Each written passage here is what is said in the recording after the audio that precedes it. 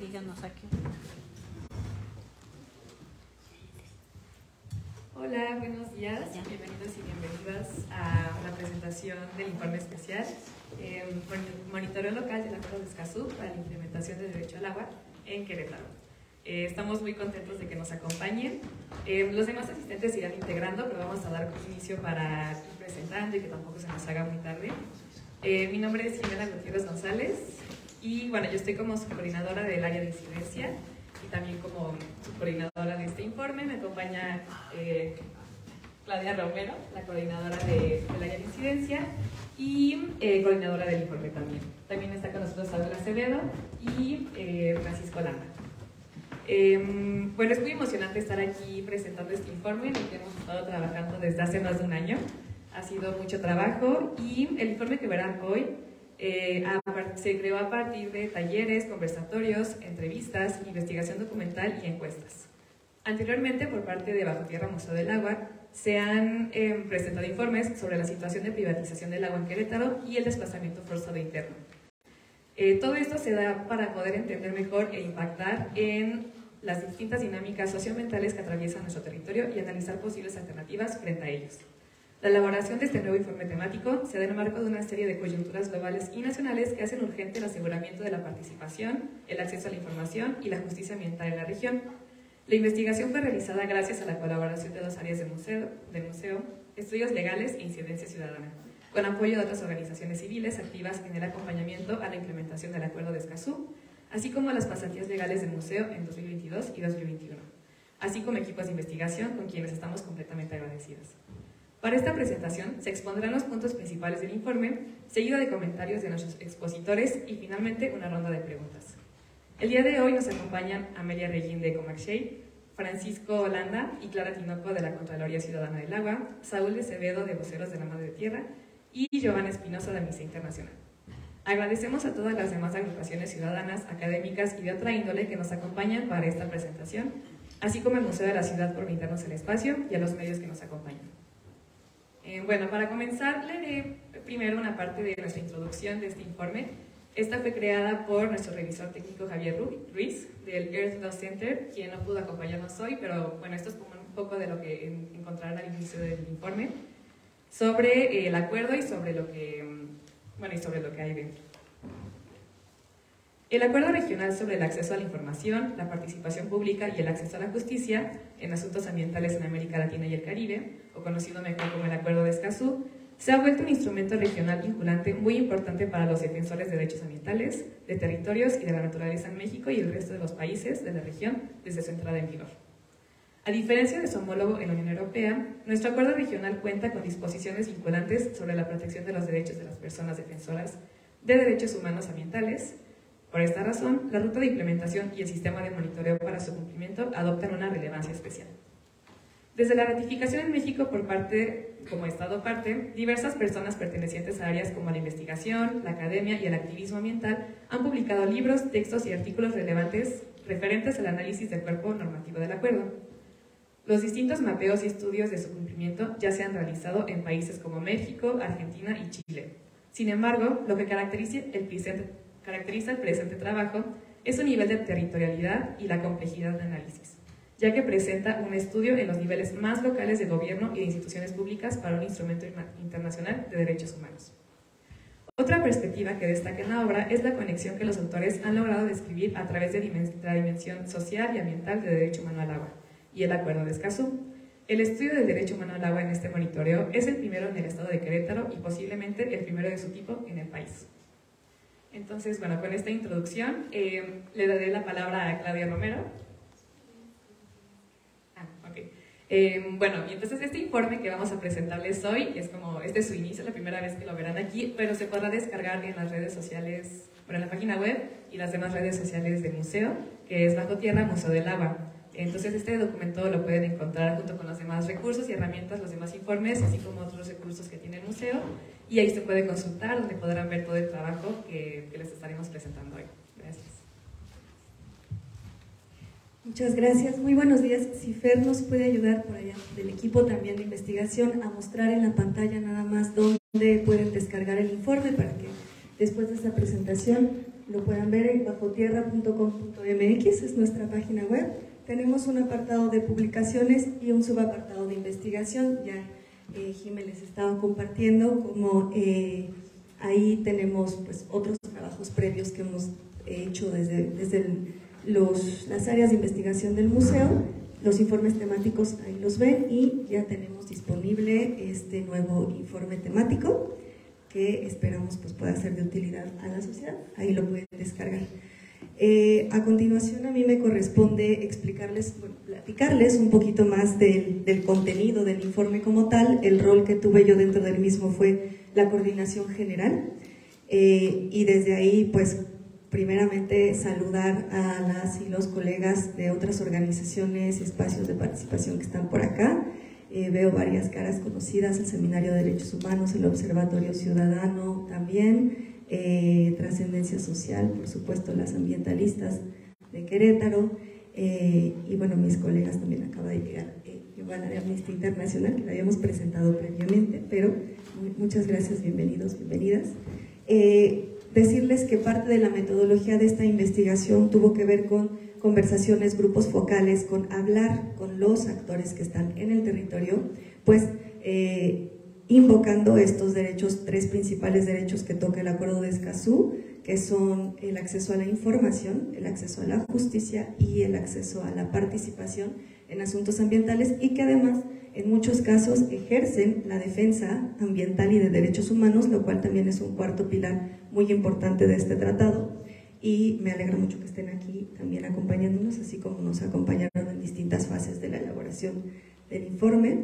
Les platico un poco también que para elaborar este informe tuvimos talleres, nuestro equipo recibió formación, formamos parte también de espacios donde se está ahora mismo tratando de diseñar los mecanismos de implementación de este informe. Participamos en los talleres de la Cancillería, Relaciones Exteriores en la Ciudad de México, participamos con los grupos organizados donde está el Centro Cívico, el Centro Mexicano de Derecho Ambiental, participamos en esos talleres para saber hacia dónde va el rumbo de la sociedad en esta cuestión de Escazú, y también tuvimos conversación con otros grupos académicos pares que han hecho valoraciones ya previas, como el programa de la UNAM de Derechos Humanos y el programa de Naciones Unidas también, en su representación en México, que han trabajado algunos indicadores para dar acompañamiento a la implementación tanto de derechos humanos como del Acuerdo de Escazú.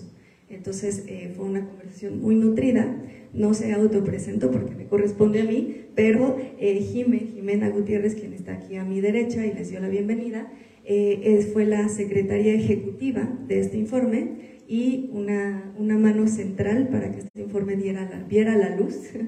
El año pasado tuvimos una serie de acontecimientos que también se abordan en el informe, que nos dispersaron un poco de las labores de investigación, y Jimé tomó la rienda y articuló a toda esta serie de actores, que suena fácil pero es muy complejo, diseñó los programas, los talleres, encontró al equipo de investigación del cual Fer nos acompaña, pero también nuestros colegas están en línea, y pues aseguró finalmente que este trabajo tuviera llegar a buen puerto y viera la luz. Entonces, Jimé, muchísimas gracias, porque es clave por su participación.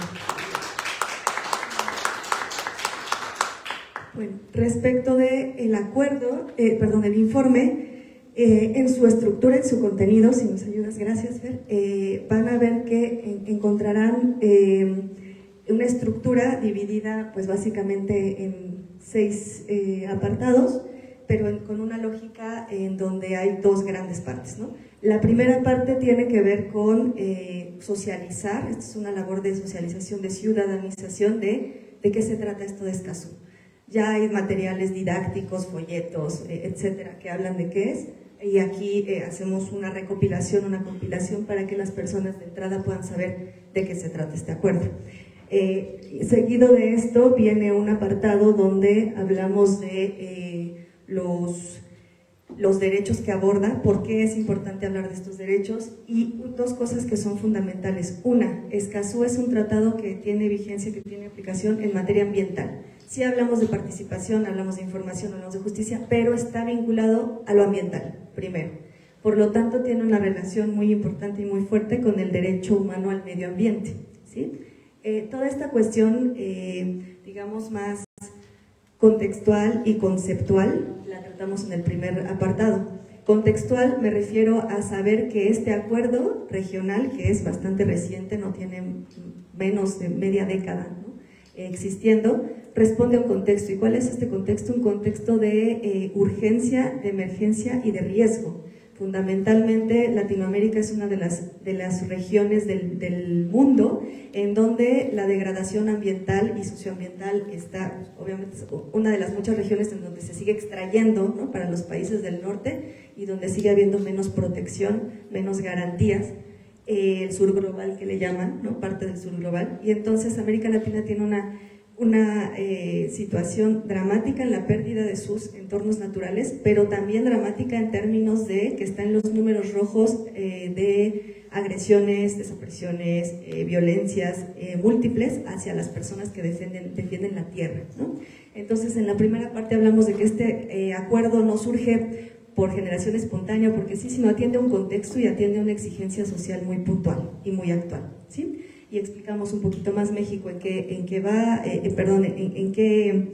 en dónde se encuentra y a partir de cuándo. A partir de abril de 2021 este tratado ya es ley, equiparada en peso jurídico a la Constitución, y se tiene que aplicar en todo el territorio nacional.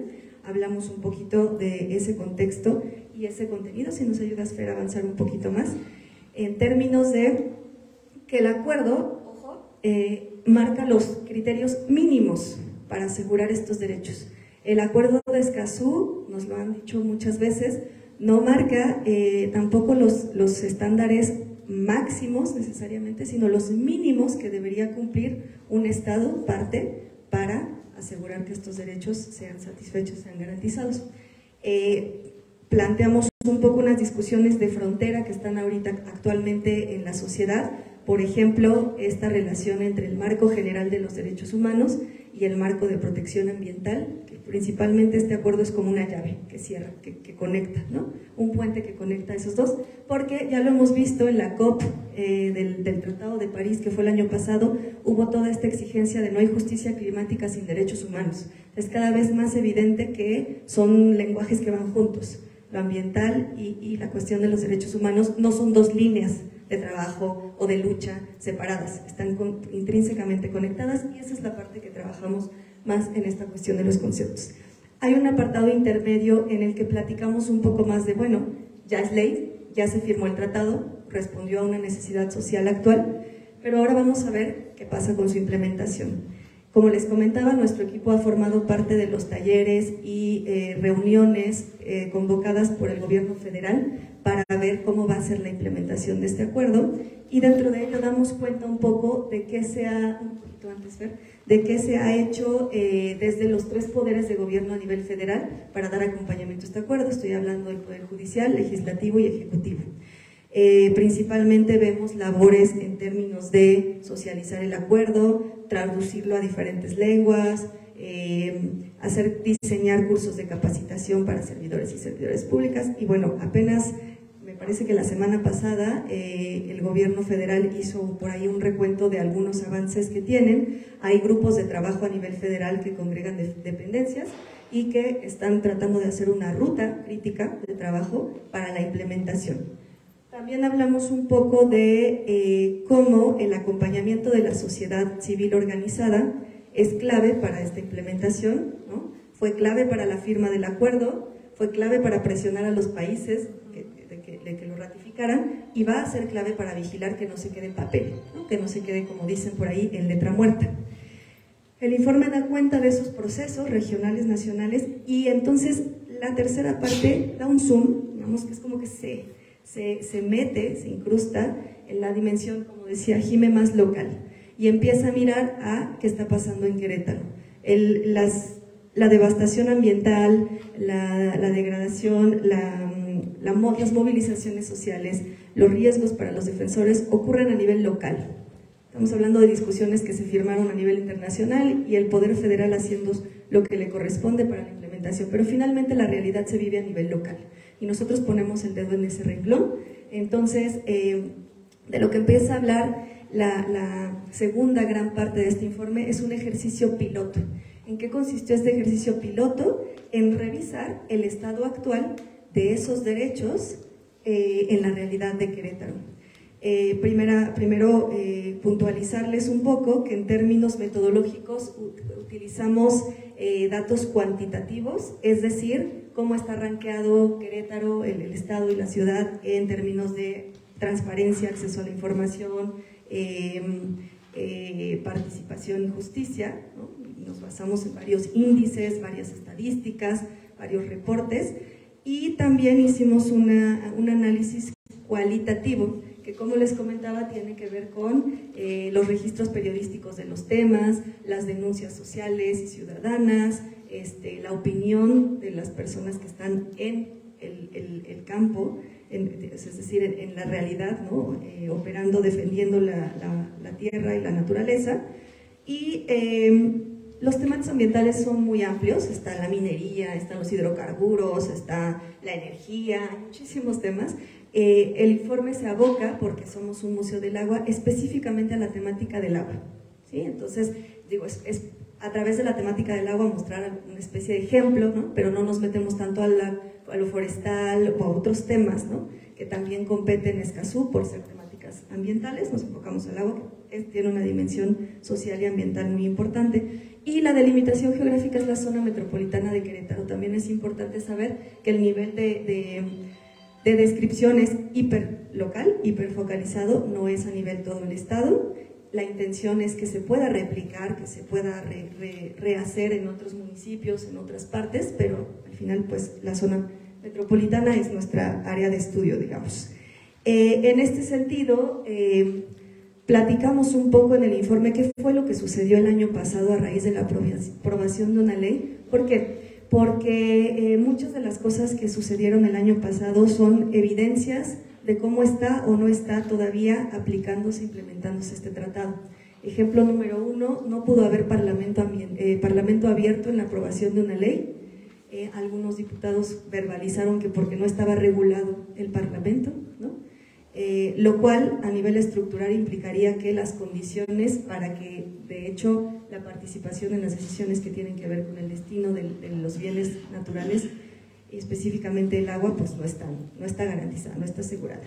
Después, en este contexto de lo que ocurrió el año pasado, también vimos que hubo persecución y criminalización a la defensa. Concretamente, vamos a cumplir próximamente 9 meses de carpetas penales de investigación abiertas para protestantes para manifestantes que el 10 de julio fueron no solamente detenidos arbitrariamente, sino desaparecidos temporalmente, torturados psicológicamente y liberados solamente bajo presión social.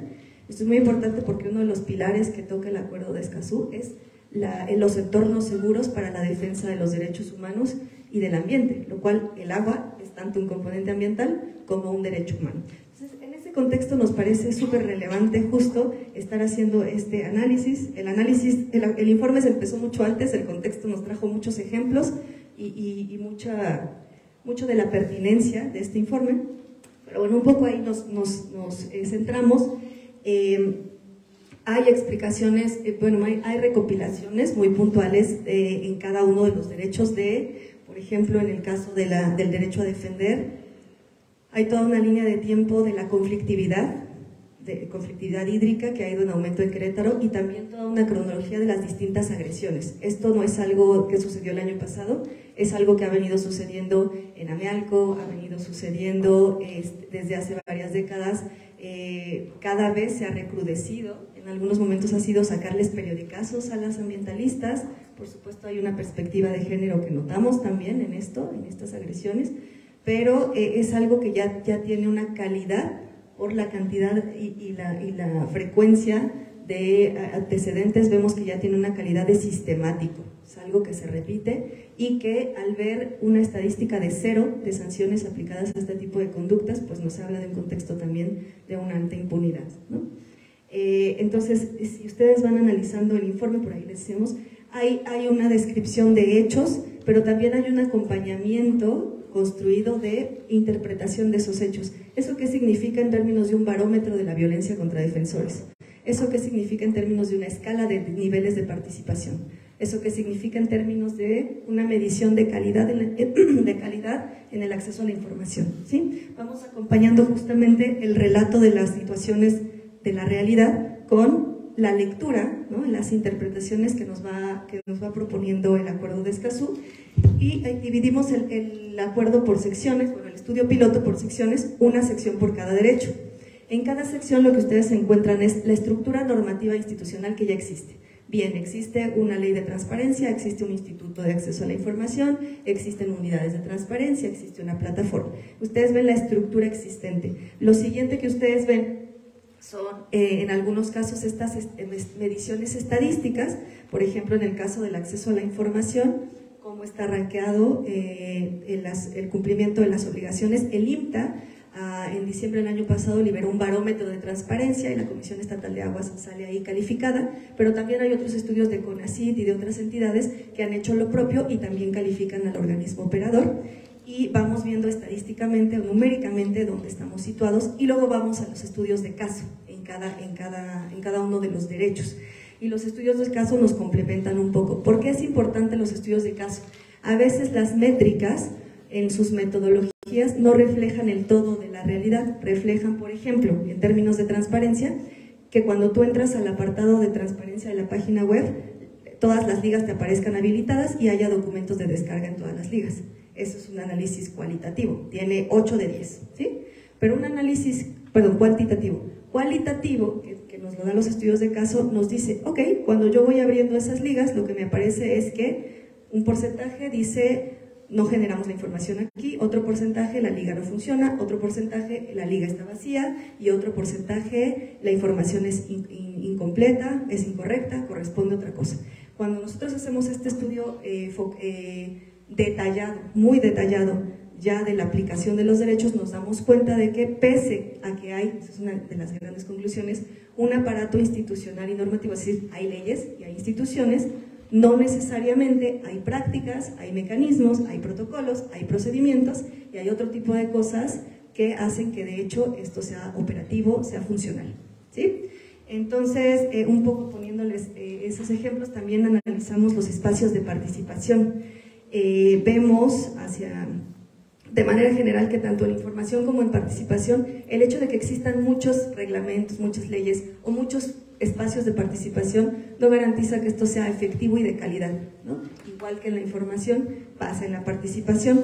¿Por qué? Porque en muchas ocasiones hay todavía inercias, hay todavía prácticas en donde hay opacidad en temas de información. Hay información que sin dificultad se encuentra, el organigrama, el marco normativo, la agenda, pero hay información que no se encuentra, la información presupuestal, los contratos con agentes de la iniciativa privada, los informes de rendición de cuentas en ejercicios presupuestales. Hay grandes vacíos, ¿no? Lo mismo en participación, la constante que vemos es que hay apertura a la participación en cosas que sean consultar opinión, en cosas que sean dar el visto bueno ya que está una política definida, en cosas que sean temáticas que no son muy polémicas, y hay un cierre a la participación en temáticas o en asuntos o en espacios donde la decisión tiene peso, o sea, va a cambiar, va a poder influir en la política pública, o la decisión es polémica y cruza con un potencial conflicto de interés. Entonces, el estudio se va a ese nivel de detalle, ¿no? A decir exactamente qué está pasando, cómo está pasando y por qué está sucediendo.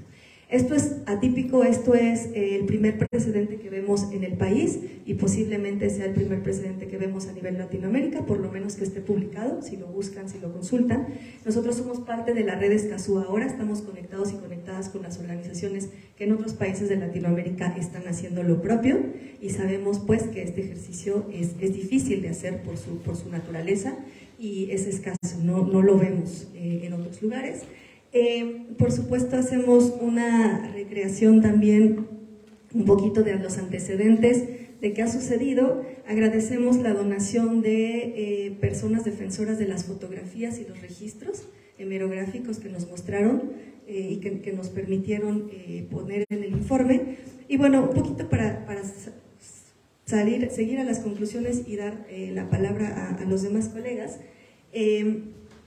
Lo que vemos pues en términos generales es que en una valoración que hacemos en términos de aplicación total, aplicación parcial, aplicación mínima o nula, pues estamos pensando en la metáfora del semáforo, estamos entre el amarillo y el rojo, ¿no? Entre cero aplicación y entre muy mínima aplicación. Y esta mínima no tiene tanto que ver con que el ejercicio de derechos sea exitoso, sino con que hay una estructura institucional y entonces, bueno, hay unas bases que podrían ser funcionales, ¿no? En ese sentido. Aquí quiero recalcar dos cosas, ya de cara, si me ayudas, Fer, a caminar hacia las conclusiones, donde están los semaforitos. Quiero recalcar dos cosas. De nuevo, nosotros focalizamos en temáticas ambientales. Puede ser que haya mecanismos de participación funcionales en temas, no lo sé, de género, en temas de inclusión de algunos sectores sociales, en temas, no sé, de movilidad. No lo sé, no hice ese estudio. Puede ser.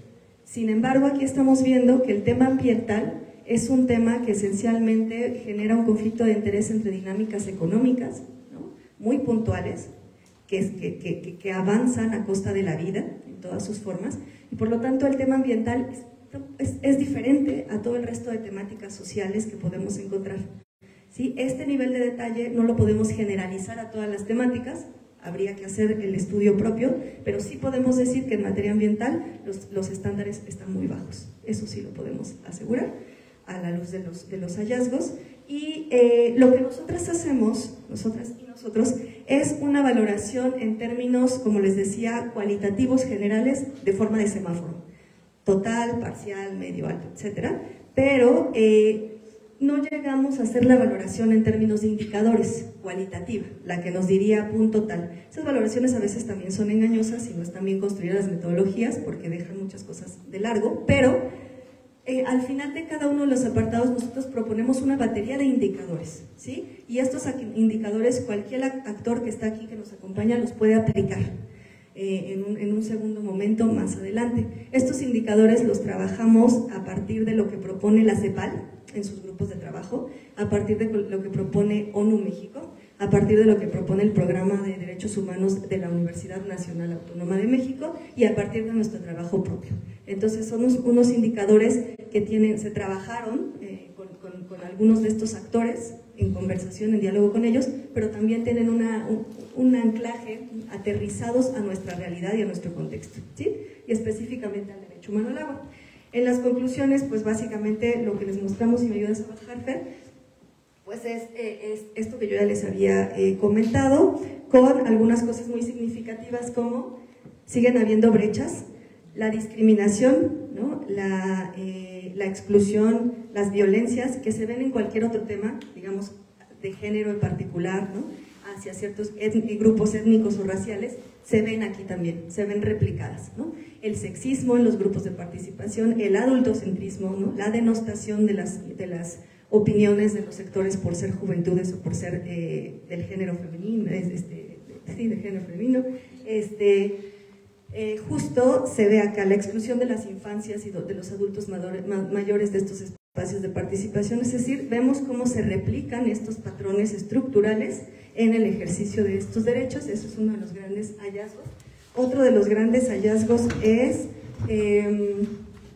que también es preocupante el eje de justicia, que no lo toqué tanto hace rato, porque finalmente estamos ante un clima de reincidencia de las agresiones y de impunidad. No tenemos un solo registro de recomendaciones, ¿no? de la Defensoría de Derechos Humanos, de sanciones administrativas, de amparos, o sea, no tenemos registro de impartición de justicia en temas que competen el derecho humano al agua en esta delimitación geográfica. Y eso es preocupante porque nos habla de un fuerte índice, pues, de injusticia y de impunidad.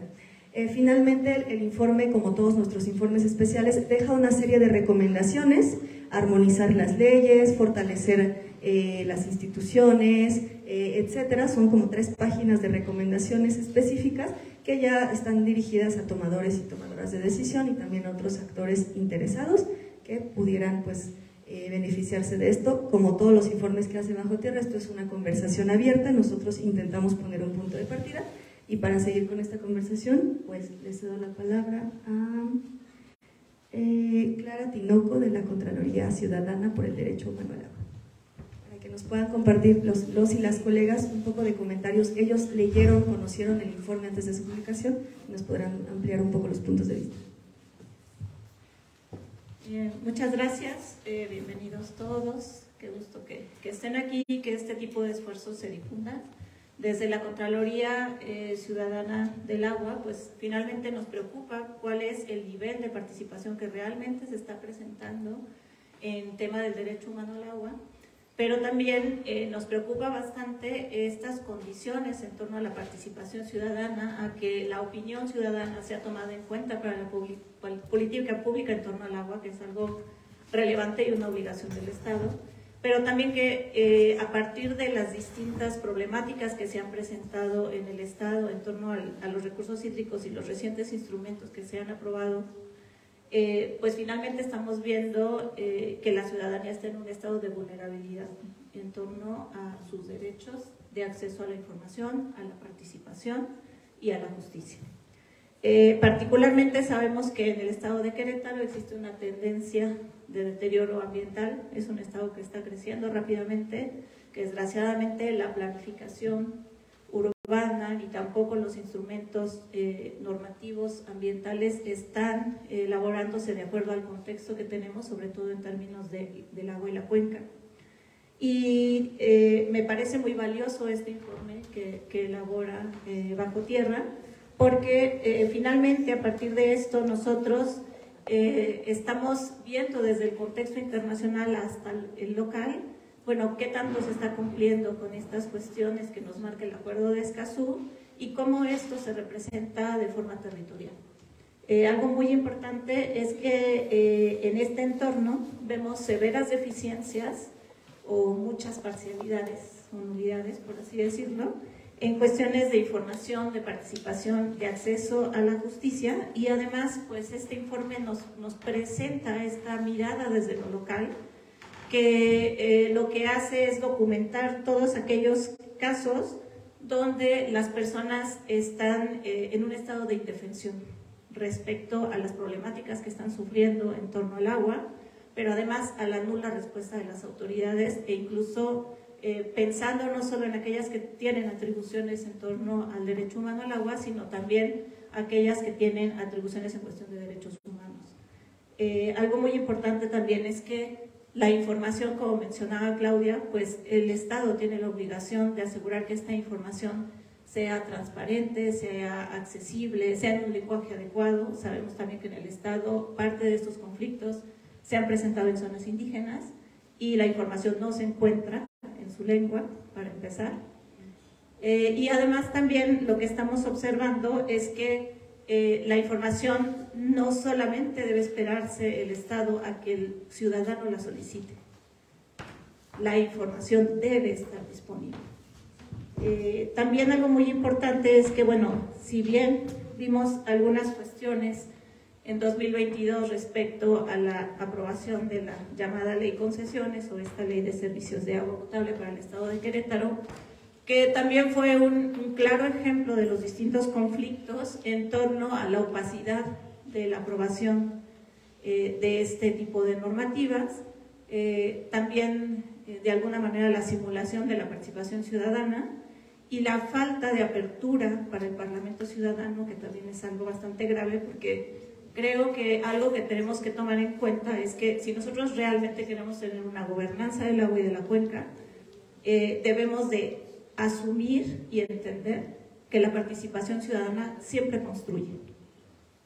Y finalmente, dentro de todas esas personas que estaban haciendo comentarios, había personas especialistas, había académicos, había defensores ambientales, había representantes de colonias, de comunidades indígenas que están sufriendo algunos problemas y que en realidad todo ese conjunto de saberes es el que puede enriquecer todos estos instrumentos de gestión y política pública y nos están tomando en cuenta.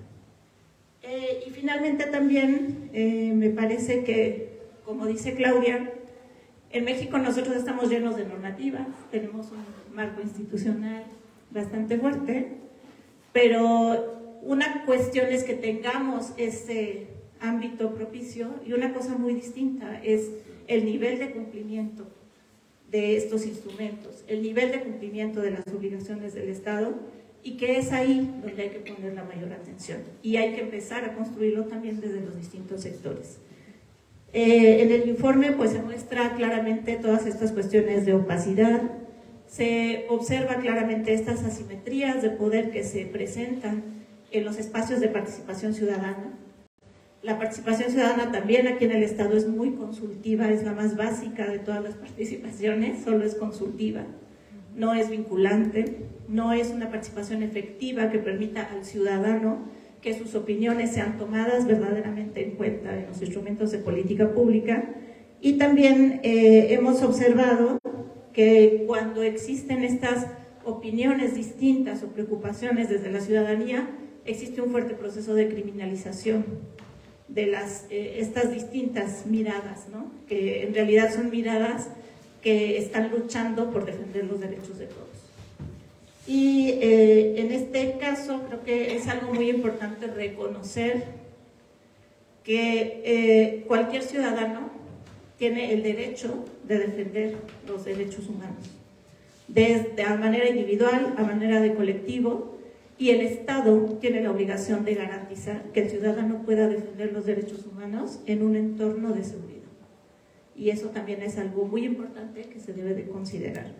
Y finalmente, pues creo que esta batería de indicadores pues nos da una pauta muy importante para tener como esta línea base y continuar no solo en el análisis de lo que está sucediendo en el Estado, sino que también este análisis nos permita tomar decisiones, tomar acciones y también convocar a los sectores a que participen en estos temas. Es muy importante que alcemos la voz, es muy importante que nos organicemos y es muy importante que participemos o exijamos estos espacios de participación ciudadana.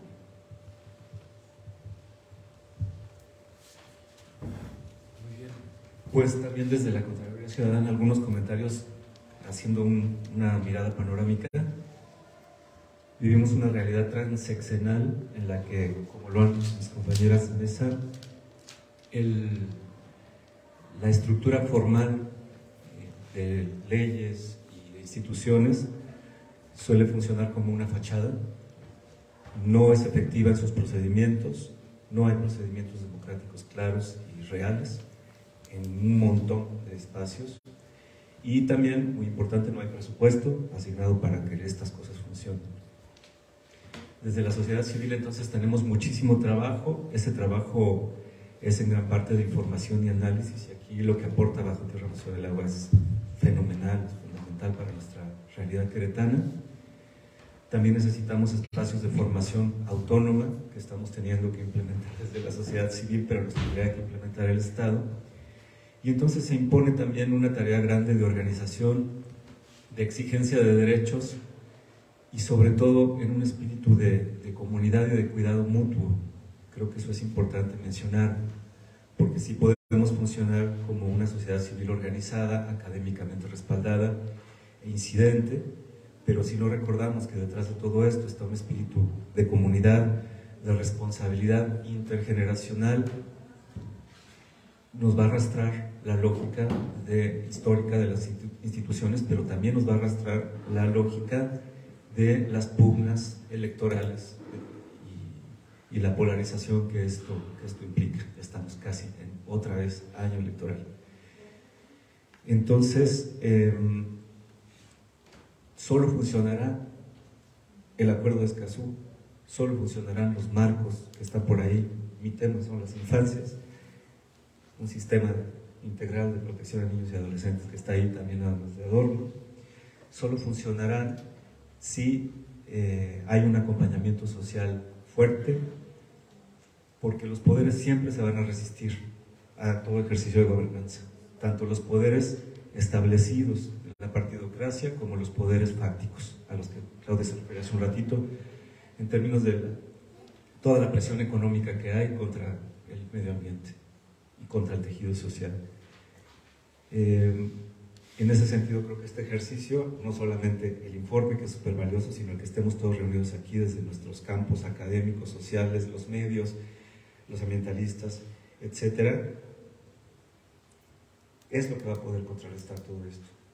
No es el acuerdo de Escazú, sino hacer vivo el acuerdo de Escazú mediante estos ejercicios de cuidado y de acompañamiento mutuo. Gracias. Hola, buenos días. Pues sí, así como han mencionado, hacer este tipo de investigaciones es fundamental, porque si no se está vigilando lo que está pasando, pues no hay forma de irlo mejorando. Y en ese sentido, hablando sobre la participación ciudadana, en el Estado contamos con el Sistema Estatal de Concertación Social, que integra los consejos de concertación ciudadana a nivel estatal y los consejos ciudadanos a nivel municipal. Yéndonos a lo estatal, justamente se acaba de reformar este mecanismo, y por medio de un decreto que apenas se publicó en el año pasado, está peor. O sea, si antes los consejos estatales ya estaban sumamente desorganizados, ahora con este nuevo decreto, con este sistema estatal de participación ciudadana, está en peores condiciones, porque ahora ya está sumamente restringido. Y entonces ya es el mismo gobierno quien te dice, tú sí puedes participar y tú no. Entonces, una participación coartada, una participación que está limitada, en verdad no es participación. Y afortunadamente, pues este tipo de trabajos está evidenciando y está dejando las indicaciones de cómo es como debería de ser este tipo de mecanismos de participación. De igual forma, también en los consejos municipales pasa lo que mencionaba Clara, que se reducen a ser espacios de información, donde llegan los funcionarios a exponerte lo que ya hicieron, y entonces realmente la incidencia que podemos tener como ciudadanos es mínima, porque se reduce a solamente dar nuestras opiniones técnicas sobre cosas que ya hicieron, y que si ellos quieren, pues lo echan en saco roto y no tienen ningún impacto, ninguna relevancia en la política pública. Y es fundamental que este tipo de investigaciones lleguen a los gobiernos y que ellos puedan hacer lo que puedan con esto, ¿no? Tratar de implementarlo, tener la voluntad de modificar esto, porque lo mismo dice la Declaración de Río, que en el principio 10 habla sobre que en la cuestión de asuntos ambientales es importante la participación de todas las personas involucradas e interesadas.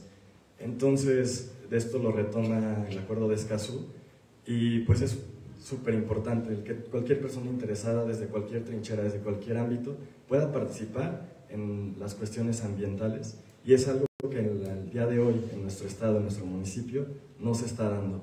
Hay grandes áreas de oportunidad y pues ojalá que se tome en cuenta, y pues felicitaciones y todo mi respeto y admiración.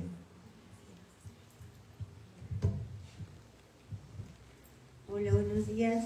Primero que nada, gracias por invitarnos a leer su trabajo, felicitarles porque es un trabajo titánico.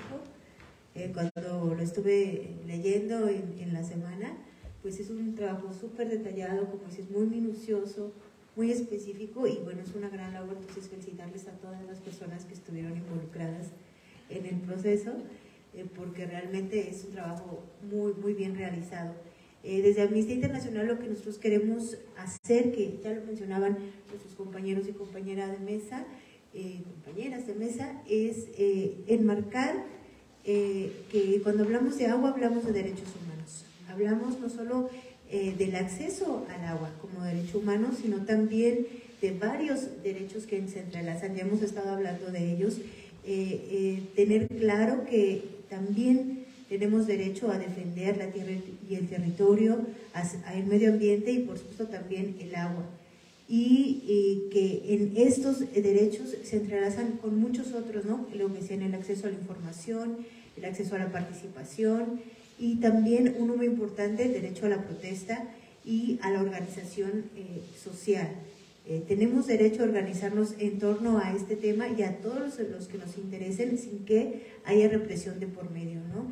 Amnistía Internacional ahora mismo tiene una campaña respecto a este tema, porque hemos identificado que no solo a nivel nacional, sino también, me refiero a nivel estado de la República, sino en todos los estados, hay una tendencia a criminalizar la protesta y nos parece importante recordar que la protesta es un derecho humano. Tenemos derecho a protestar, a salir a las calles y por supuesto el agua debe ser un tema fundamental y un tema primordial en este asunto de salir a defender y tomar las calles y pues siempre recordarle a los estados que deben de garantizar derechos y el primero que se debe de garantizar en este caso es este derecho a la protesta, ¿no? Mucho se habla en este informe de con lo que ha sucedido en el estado en este tema, cómo se ha criminalizado la protesta, cómo se ha reprimido a manifestantes, cuando se está tocando un tema fundamental que no solo atañe a las personas que se están manifestando, atañe a todos los ciudadanos y ciudadanas de Querétaro. Y me parece como fundamental dejarlo ahí, ¿no? Que el tema del agua es un tema de derechos humanos, de muchos derechos humanos, y que es importante que el Estado garantice estos derechos para todas y todos, y que sea un tema en el que se empiece a comprometer realmente para que las personas que están haciendo esta labor titánica como bajo tierra y bueno, como muchos otros activistas en Querétaro, pues empiecen también a tener este derecho garantizado y también que se empiece a ver como un diálogo, ¿no? Respecto al tema, que empiecen a abrirse porque es un tema fundamental y como dice, estamos ya en una crisis un poco urgente y es necesario que esto se empiece a hablar, a dialogar y bueno, esto, que se empiece a respetar este derecho a la protesta y este derecho al agua que todas y todos tenemos.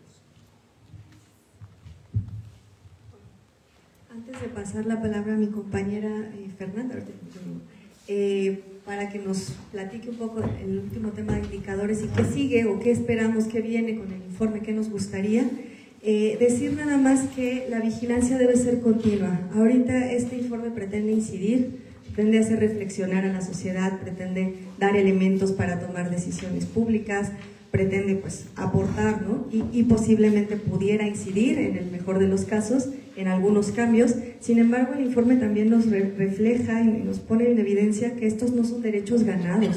Si ahorita se abre o se vuelve funcional, algunos espacios se han mantenido inactivos durante un tiempo, luego se recuperan, tienen buena funcionalidad, empiezan a avanzar y luego ¡pum!, empiezan a ser cooptados, ¿no? O luego son abandonados, etc. Entonces hemos visto que estas dinámicas, por ejemplo, de cercos mediáticos, de presión social a los activismos, a la defensa, de cooptación, sobre todo los espacios, ¿no? Que están abandonados, pero cuando hay que legitimar una política pública que tiene amplio rechazo social, de pronto el Consejo se reactiva para legitimar esa política casualmente y de pronto, ¿no? O aparecen actores que no estaban y que de pronto se meten un poco a modo, ¿no? Entonces, en ese sentido, no son derechos ganados, hay que estar, la vigilancia es permanente. El sistema de indicadores propone que los indicadores permanentemente se estén actualizando y de ahí la importancia de las contralorías, que hoy está aquí invitada la Contraloría Ciudadana, porque son algo que de pronto un indicador nos puede decir que ya quedó y de pronto otra vez se pierde. Y esto es muy claro cuando nos dice nuestro compañero que ya estaba en el principio 10 de la Declaración del Río, ya estaban estos derechos. También en la Declaración Universal de los Derechos Humanos, de hace 50 años, ¿no? Y finalmente son derechos que tienen que venir otro tratado a decir que todavía no se cumplen y que hay que reforzarlos porque la realidad está de este tamaño, ¿no? Entonces, decir que este es un ejercicio de ida y vuelta y que la propuesta es que sea constante. Y la otra cuestión que me gustaría enfatizar es que la ciudadanía crítica y activa de Querétaro en todos los frentes, pero particularmente en el que nos atañe a hoy, que es el agua, ha propuesto un montón y muchas de esas propuestas se han quedado en el ala ciudadana porque no han logrado insertarse en ninguno de los espacios de decisión. Esta es una nueva propuesta, ¿no? Y desde la ciudadanía que hicimos el Festival Agua que Corre, la Asamblea por el Agua y por la Vida, la Contraloría que se creó el año pasado y demás, seguimos apostándole a los elementos de una democracia sana porque sabemos que el objetivo es común. Hoy en día puede haber servidores y servidoras públicas con mayor o menor voluntad, pero el aparato del Estado y de gobierno va a seguir y es de todos y de todas. Entonces, en ese sentido, sin importar los cambios que vengan entre las personas tomadoras de decisión, la ciudadanía sigue, ¿no? Y ese es también un panorama que queremos proponer, que queremos enfatizar, ¿no? Tenemos aquí nuestra hoja de ruta.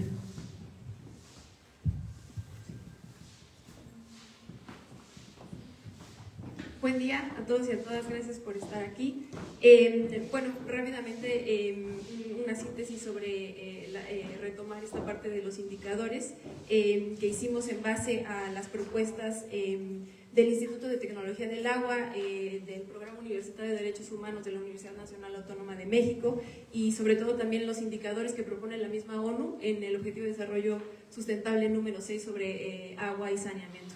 Entonces lo que hicimos fue revisar qué es lo que existía, qué es lo que en base al acuerdo de Escazú necesitábamos y buscábamos con este informe de monitoreo local y esta propuesta de indicadores, hacer ese análisis y entonces hacer esa síntesis focalizada en el derecho humano al agua. Y eso es lo que les presentamos en el informe, dividido en los 3 derechos de acceso a la justicia, a la información, a la participación y bueno, a defender estos derechos que mencionaba Clau, que derecho no vigilado, derecho no defendido es derecho violentado y vulnerabilizado. Y bueno, ya nada más para hacer un cierre, declarar que estamos muy emocionadas, gracias por las felicitaciones, ha sido un trabajo titánico por parte de la organización. Creo que es esencial, fundamental bajar esta mirada, poner esta lupa en los esfuerzos locales. Se habla a veces pensar en la crisis climática, en las crisis de derechos humanos que mencionaban aquí, a veces es aplastante, ¿no? Pensar en eso a nivel global. Sin embargo, cuando nos volteamos a ver, a platicar, a dialogar entre nosotros, entre nosotras, qué está sucediendo en la comunidad, con nuestros vecinos, en nuestra zona metropolitana, esos esfuerzos son los que nos van a sacar de esta crisis. Es lo único que podemos hacer y este es parte de esos esfuerzos, ¿no?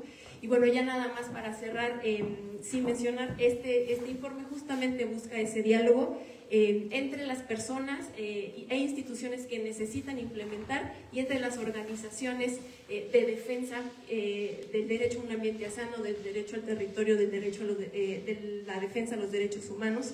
Y bueno, de esta manera, en este diálogo, en esto que estamos aquí todos y todas presentes, pues continuamos asumiendo la tarea de contribuir desde el territorio local a la experiencia compartida y en la construcción de plataformas que permitan articular y tejer el camino hacia la justicia ambiental, ahora sí no solo local, sino global. Muchas gracias por sus comentarios, gracias por acompañarnos. Vamos a abrir un espacio si alguien tiene una duda y también muchas gracias a quienes nos acompañaron desde la transmisión y esperemos que esto les dé curiosidad para leerlo, descargarlo y trabajar con este informe. Agradecemos a Fernanda Correa, quien es miembro del equipo de investigación. Todo este trabajo fue voluntario, tenemos que destacar la investigación, la producción de información, sí es autofinanciado, voluntario y pues sí es un trabajo muy grande. Agradecemos la labor de todos quienes participaron. Entonces, ¿para preguntas? Sí, pues a mí me gustaría preguntarles 3 cosas. Hace un momento hablaban de la persecución que se registró en julio del año pasado, que había carpetas todavía de investigación abiertas. Si nos pudieran recordar cuántas son las que están abiertas, qué peticiones se ha hecho a la autoridad judicial. También me gustaría preguntarles, a partir de este estudio y con las reflexiones, ¿qué opiniones tienen ustedes acerca del acueducto 3 que pretende construir la actual administración? Se ha comentado que el agua que se pretende extraer es de la presa de Zimapán, donde se conjuntan el río Moctezuma y el río San Juan, y por parte del Observatorio Ciudadano se ha mencionado que son aguas contaminadas. Y también me gustaría preguntarles, bueno, ya lo han comentado, pero su opinión acerca de las acciones que ha llevado a cabo la nueva Secretaría de este sexenio, la Secretaría de Participación Ciudadana. Me parece que hay comisiones, comités por cada área, uno de ambiental, saber qué opinan al respecto. Varias preguntas.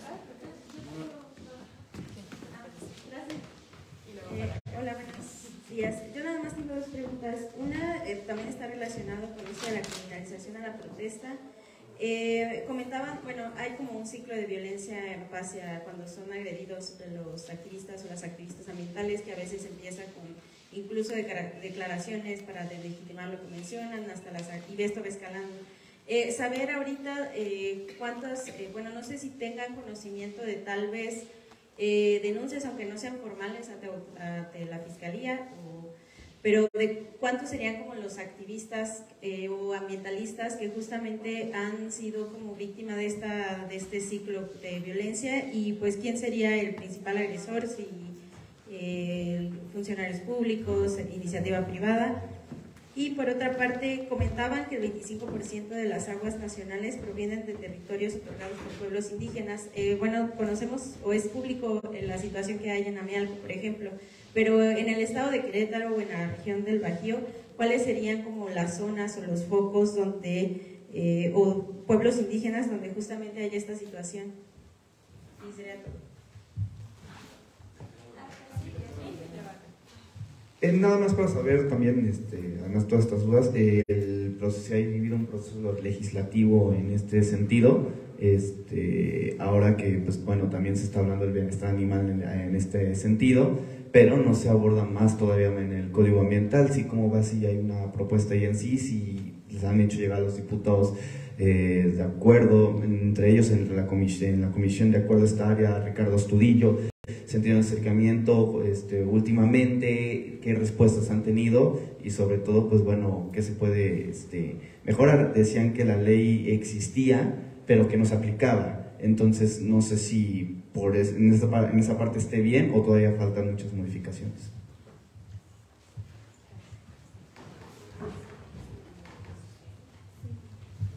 Gracias. Pues primeramente felicitarlos y felicitarles por todo ese trabajón, además de saber que es voluntario y autofinanciado, la calidad, eso es maravilloso, eso es algo impresionante viniendo de la sociedad civil. Por otro lado, ustedes que tienen esa sensibilidad, y a mí me preocupa los últimos datos que están dando del porcentaje de presas, del llenado de presas en el estado. Las presas más grandes decían que tienen ya como entre el 3 y 5% de capacidad. Yo no sé cómo están los pozos, entonces nosotros desde el Frente Querétaro hemos dicho, oye, pues ¿qué va a pasar en la primavera? Los meses más calientes en Querétaro vienen ahora, de marzo a junio, antes de que llueva. Y si ustedes tienen esa sensibilidad, a mí me preocupa un escenario catastrófico como el que vivió Monterrey el año pasado, que nosotros lo vivimos en diciembre cuando se cerraron el acueducto 2, etc. Entonces un poco que nos pudieran contar cuál sería su perspectiva o en base a sus análisis, cómo verían este tema, si debemos preocuparnos o no. Gracias.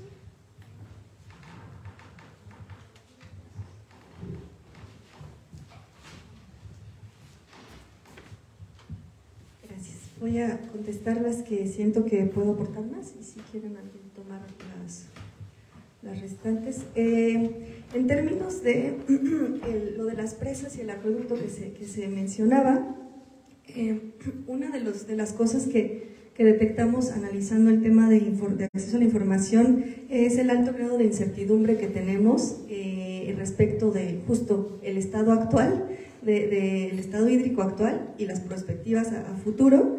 No hay un solo diagnóstico integral, serio, completo, ¿no? Profundo de la situación del agua en el estado donde el público, pues, donde la sociedad puede decir, ok, esto está pasando, no lo hay, ¿no? La información está dispersa, está a cuentagotas, a diferente escala territorial, desactualizada. Bueno, hacemos todo este análisis ahí en el informe, pero finalmente lo que tenemos es un alto grado de incertidumbre y lo que estamos viendo es que hay un subsidio o una toma de responsabilidad de sectores sociales y académicos en generar algunos de estos datos, que sin embargo pues no son el todo del panorama y además pues no corresponden a la obligación pública que tendría estar ahí, de que sepamos, ¿no? Y no tengamos que preguntarnos. Específicamente hablando del tema de la escasez, hay otro informe del museo que estamos por presentar también, que es ya pronto, nada más queremos darle primero su tiempo a que se llama Escasez Provocada, y ahí tocamos varios de los temas que tienen que ver con esto, y esperamos también poder aportar muchas líneas a la discusión. Y por el otro lado, el tema del Acueducto 3, compartimos con nuestros colegas ambientalistas y académicas, las preocupaciones por esta infraestructura, no solamente en cuanto a la calidad del agua, que ya en sí es una preocupación. ¿Por qué? Porque a pesar de que se hagan estudios o monitoreos, estos nunca son públicos, ¿no? Por ejemplo, pero además porque viene el tema del desequilibrio ecológico, del impacto ambiental, del impacto energético, de la conflictividad, etcétera, ¿no? Otros temas que van ligados al acueducto, además de la contaminación. Sin embargo, lo anotamos ahí en el informe, es difícil hacer una opinión mucho más integral, completa, no específica, cuando el proyecto no ha sido público. Desde distintos sectores que trabajamos en los grupos de trabajo, al menos tenemos conocimiento de 6 solicitudes de información desde hace más de 6 meses sobre el proyecto. Hay autoridades que en sus respuestas dicen, sí lo vi, pero no lo tengo, me lo presentaron. Es decir, existe, ¿no? Ya se dijo el mes pasado que se presentó, y sin embargo en la sociedad civil no se tiene, ¿no? El proyecto, ese nivel de hermetismo, ¿no? Hay en esta información que si nos vamos al acuerdo de la Organización Internacional del Trabajo, si toca o compete población indígena o zona indígena, tendría que estar siendo consultado. Por el tema ambiental, ¿no? También ahí la Semarnat tiene mucho que aportar en términos de que tendría que estar habiendo consultas y validación social, ¿no? Y ese va a ser uno de los temas previo a la aprobación que tiene que suceder. En fin, ¿no? O sea, hay muchos procesos de consulta y de participación que tuvieron que haber acontecido y que no hay registro de que se hayan dado, ¿no? O no con los actores de interés que claramente están pidiendo la información. Entonces, eso, ¿no? Decir que desde ahí la anotación es el alto nivel de incertidumbre por el alto nivel de hermetismo que hay con ciertos datos, ¿no? Y que, bueno, la sociedad pues hacemos lo que podemos para llenarlos. La otra cuestión de las agresiones, también había 2 preguntas ahí. Nosotros hicimos este barómetro, sabemos que hay muchos más referentes, fue más hemerográfico y testimonial, ¿no? Pero tenemos este barómetro de las formas de represión y de los momentos. Y si vemos, pues va desde casi más o menos unos 5 o 6 años hacia acá, la mayoría más tendientes hacia el presente, pero pues vemos varios incidentes, ¿no?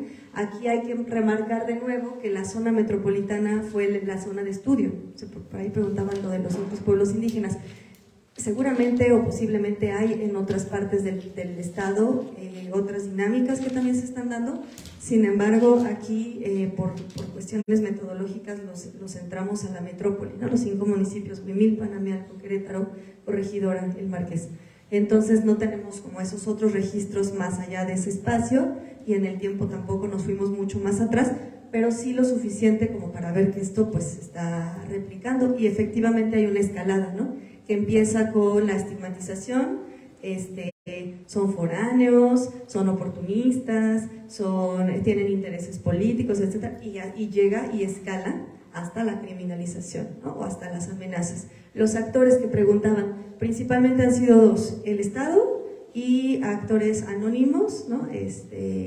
Vinculados a las actividades como la tala, la urbanización, simplemente pues han dejado amenazas, ¿no? Por aquí y por allá.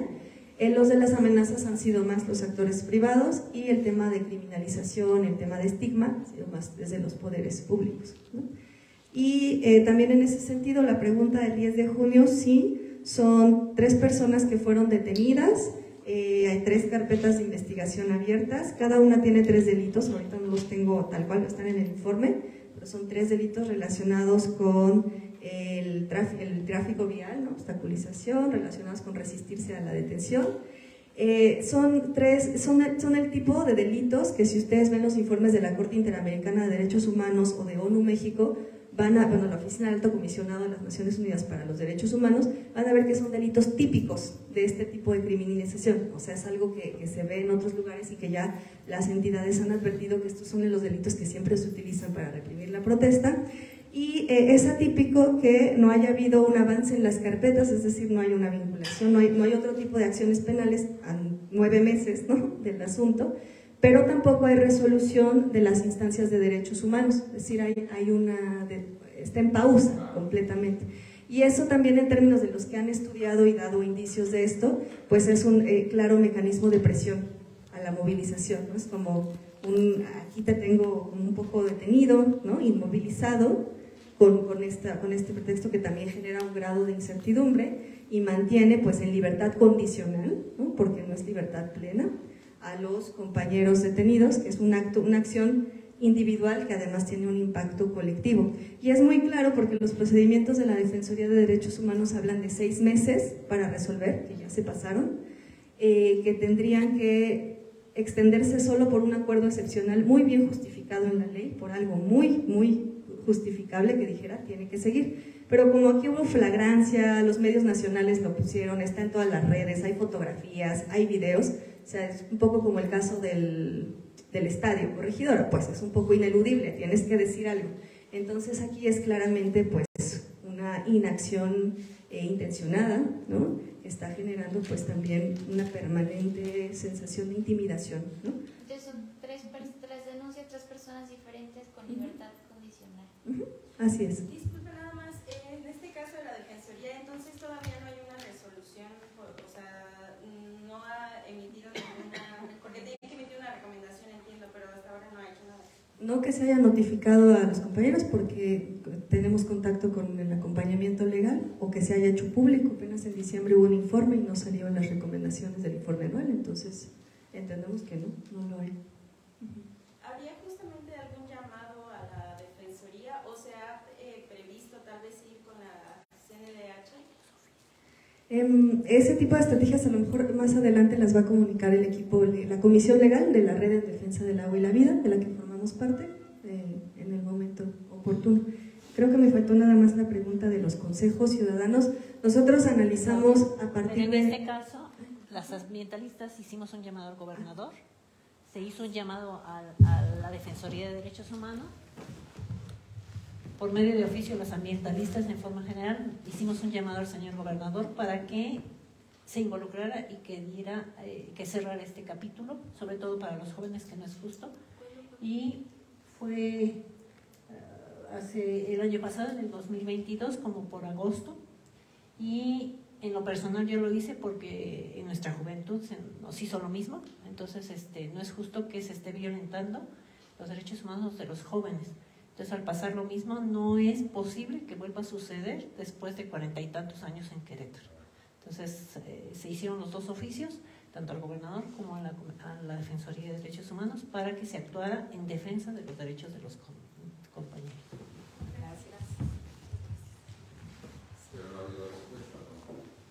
Y justamente comentar, la experiencia personal la tenemos de algunos cuerpos en los que hemos participado. Participamos en la Comisión de Cuenca como museo bajo tierra, pero más allá de eso, el estudio de los otros organismos de participación lo hicimos a través de lo que dice la ley y lo que la experiencia cuenta. Entonces más bien voy a dejar a los compañeros que sí están en los consejos correspondientes o más cerca, que nos platiquen un poquito más. Sí, ahorita en el Estado el mecanismo es que te registras para ser consejero y entonces el Estado te acepta o te limita la participación. Incluso hay unas limitantes que si fuiste candidato en las elecciones, ya eso te quita tu calidad de ciudadano y te impide ser parte de los consejos. Y una vez que ya entras al consejo, hay una comisión permanente, que esta sí se está reuniendo mes a mes, y ahí solamente son 15 personas, que las escoge la misma secretaría. O sea, la secretaría de todo el stock de consejeros dice, quiero a estos 15, y además de estos 15, no todos son ciudadanos, sino que algunos son funcionarios del mismo gobierno del Estado. Entonces, pues cuando saquen sus indicadores o cuando den alguna nota sobre los consejos, pues seguro van a hablar de que son súper eficientes y que todo está muy bien, porque pues son gente que ellos mismos ponen afines a. Entonces, pues está terrible, o sea, no es un mecanismo de participación real. También añadiendo lo que vimos en otros espacios, es que sí se deja entrar un par, ¿no?, de voces críticas o actores más con mayor legitimidad social, pero no son mayoría, su voto no tiene ese peso y entonces pues realmente tienen que estar siguiendo el flujo de todo lo demás porque pues realmente no pueden ejercer un contrapeso. Y la otra cosa que también notamos es una participación selectiva escalonada, es decir, hay un órgano directivo y ahí sí meto a actores de la sociedad civil específicos por invitación, por terna, por ejemplo en la Comisión Estatal del Agua es por terna, que haga el vocal, ¿no? O sea, preseleccionados, esos sí tienen capacidad de decisión, y luego habrá un consejo más amplio, pero ese no tiene capacidad de incidir, ¿no? Por ejemplo. Entonces es como sí parece que hay un grueso muy grande de lugares donde participar, pero cuando vamos a los parámetros de efectividad o de incidencia, pues realmente no están llegando esas opiniones a cambiar o modificar el sentido de las políticas. Eso es lo que ocurre en términos generales. Bueno, hola, buenos días. Yo soy Mari Barra, soy ambientalista. Y quiero hacer un comentario en cuanto a la viabilidad del acueducto 3, que creo que fue una de las preguntas que hicieron. En meses pasados, en el mes de enero, participamos en el Parlamento Ambiental organizado por el Senado de la República para el análisis de la Ley General de Aguas. Y uno de los ponentes mencionó que la viabilidad del acueducto 3 está sujeta a la calidad del agua, que como todos sabemos, bueno, pues las cuencas están sumamente contaminadas y bueno, en la presa de Zimapán pues confluyen descargas de aguas que están sumamente contaminadas y que a la fecha las normas oficiales mexicanas no garantizan que el agua que venga o que pretenden traer tenga la calidad necesaria para abastecer de agua potable a la zona metropolitana del estado de Querétaro. Y hay otro tema que lo han abordado, me parece que de manera muy completa, que es el tema de la rendición de cuentas. La rendición de cuentas tiene varias dimensiones y una de ellas es que los funcionarios públicos deben de responder por las acciones que realizan. ¿Y por qué lo menciono? Bueno, porque cuando se aprobó y se hizo el acueducto 3, nos dijeron que el acueducto 2 iba a servir para abastecer de agua por 50 años a la zona metropolitana del estado de Querétaro. Y entonces, ¿qué pasó? O sea, si no tiene ni 15 años de estar funcionando, ¿quién es responsable de haber hecho esta obra que a esta fecha ya no sirve, ya no funciona para seguir abasteciendo a la zona metropolitana de Querétaro de agua potable? Esas son las partes que las autoridades son omisas, que lamentablemente van cambiando de funcionarios, pero finalmente la estructura de gobierno del estado de Querétaro tiene que responder por este tipo de acciones. Y el problema principal que tenemos para dar una opinión más informada, pues es precisamente la falta de información, la opacidad, que la información no está disponible al público para que pudiéramos tener la posibilidad primero de conocer la información, luego de participar y luego de influir en la toma de decisiones. Esa es por una parte la cuestión del acueducto 3. Y por otra parte, respecto de la nueva Secretaría de Planeación y Participación Ciudadana, pues lo que podemos advertir es que esta Secretaría se creó para pagar favores políticos, porque finalmente todas las actividades de planeación ya se venían realizando por la Secretaría de Planeación y Finanzas. Entonces, ¿qué se hace? Únicamente crear más estructura para poner ahí a un amigo, a un funcionario, pero que en materia de participación ciudadana no está haciendo absolutamente nada. Tiene una sola facultad dentro de lo que es la ley orgánica del Poder Ejecutivo, se le da una sola facultad, si mal no recuerdo, de 13 o 14, que dice que promoverá la participación ciudadana. Es la única facultad que tiene. Y en cuanto a los consejos, mencionarles que como ambientalistas, como grupo de ambientalistas, acudimos cuando se instaló el Consejo de Medio Ambiente Estatal y no nos permitieron la entrada porque resulta que las sesiones son privadas. Entonces nada más es informarles de lo que hemos vivido como ambientalistas que queremos participar. Como bien lo señala Saúl, se hizo un rediseño en el que se establecieron filtros para que el secretario del ramo, en este caso el secretario de Desarrollo Sustentable, pueda elegir quiénes pueden participar en estos consejos y quiénes no pueden participar.